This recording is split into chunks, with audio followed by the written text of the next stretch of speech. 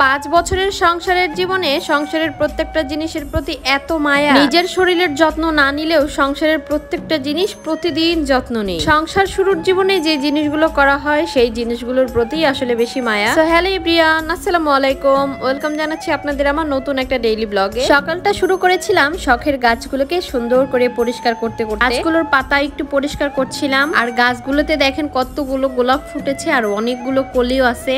আপনাদের ভাইয়া আমাকে এই গাছটা কিনে দিয়েছিল, তো গাছটা অনেক বেশি সুন্দর হয়েছে। তো বাড়ি যাওয়ার সময় ছাদে গাছগুলো রেখে গেছিলাম, কাজের খালা পানি দিয়েছিল, তারপরে বৃষ্টিও ছিল। তো গাছগুলো এত বেশি সুন্দর হয়েছে, দেখেন এই গাছটা মরে গিয়েছিল, তারপরে দেখেন কত পাতা গজিয়ে কত বড় হয়ে গেছে মানি প্ল্যান্ট গাছটা। তার সাথে এই গাছটা দেখেন কি অবস্থা হয়ে গেছে, একদম বড় হয়ে গেছে। বৃষ্টির পানি পেলে কিন্তু গাছগুলো অনেক বেশি ভালো হয়। আর ওই যে ভিডিও শুরুতে বললাম না, 5 বছরের সংসার জীবনে যেটাই করছি না কেন সংসারের প্রতি অনেক মায়া। এই যে সোফা দেখছেন না, এই সোফাটা মনে হচ্ছে কি আমি সোফাটা চেঞ্জ করি, তবে এই সোফাটা চেঞ্জ করে আমি কি সোফা কিনবো সেটা বড় কথা না, এই সোফার প্রতি যে আমার মায়া ভালোবাসার টান এটাই বড় কথা। শুধু ভাবি যে সোফা চেঞ্জ করব, কিন্তু মন চায় না, ওই যে মায়া ভালোবাসার জন্য। 2 দিন ধরে ছেলে বলতেছে খেলনা গাড়ি নিবে, মানে টিভিতে যে গাড়ি দেখবে সেটাই তার লাগবে। তার বাবা বগুড়াতে গিয়েছিল, সাক্ষী ছিল, তো সাক্ষী দিয়ে কালকেই চলে আসছে, আর আজকেই তো ছেলেকে গাড়ি কিনে দিচ্ছে। ছেলে তো অনেক খুশি, মানে বাপ বেটা এখন গাড়ি নিয়ে খেলাধুলা করবে সারাদিন। আর এই যে দেখেন বিয়ের পরে এই চুলাটা কিনেছিলাম, তখন এই চুলাগুলো নতুন বের হয়েছে, তো একটা চুলা দিয়ে কালি বের হচ্ছিল, আমার হাড়ি পাতিল সবকিছু নোংরা হয়ে যাচ্ছিল। তো চুলাটা আজকে সারাইতে দিব। একটা মধ্যবিত্ত ফ্যামিলির বউরা আসলে অনেক কষ্ট করে কিন্তু সংসারের সবকিছু করে কিন্তু আর একটা চুলা কেনা যায় না। আর ওই যে একটা মায়া, যেহেতু বিয়ের প্রথমেই চুলাটা কেনা হয়েছিল, এর জন্য আসলে চেঞ্জ করাও হচ্ছে না। 2টা বার্নারের একটা বার্নার দিয়ে প্রচুর কালি উঠতেছিল, তাই তো সার্ভিস করতে দিলাম চুলাটা। আর এখানে কাজের খালা সবকিছু একটু পরিষ্কার করে দিয়েছে, মানে আদা রসুন বাটাবাটি করতে হবে, তো ব্লেন্ডারেই বাটা হয়।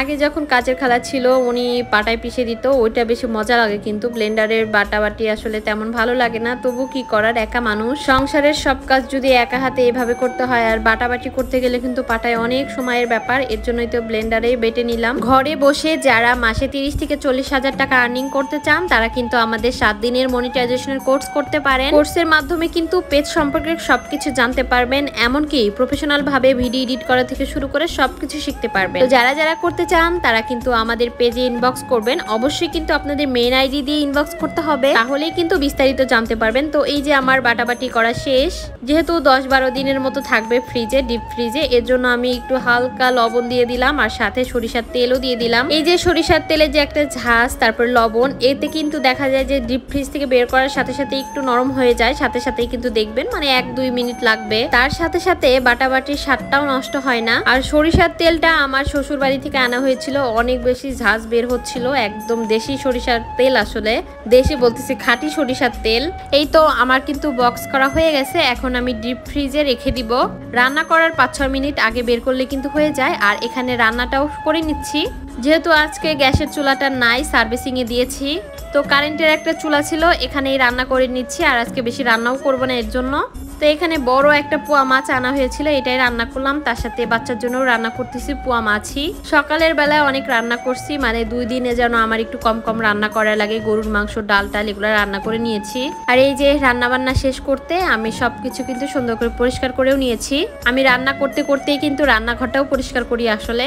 তো অনেকে আসলে বলেছিলেন র্যাকটা কোথা থেকে নিয়েছি, মানে ওই যে আরএফএল এর যে র্যাকটা লাল কালার, এটা কিন্তু আরএফএল এর যে কোনো দোকান থেকেই নিতে পারবেন আসলে। 750 টাকা দাম, সেটাও বলে দিলাম। আর এদিকে দেখতেছি বেলকনিতে ঝুম একটা বৃষ্টি হচ্ছে, মানে রান্নাও শেষ হয়ে গেছে, ঝুম একটা বৃষ্টিও হচ্ছে।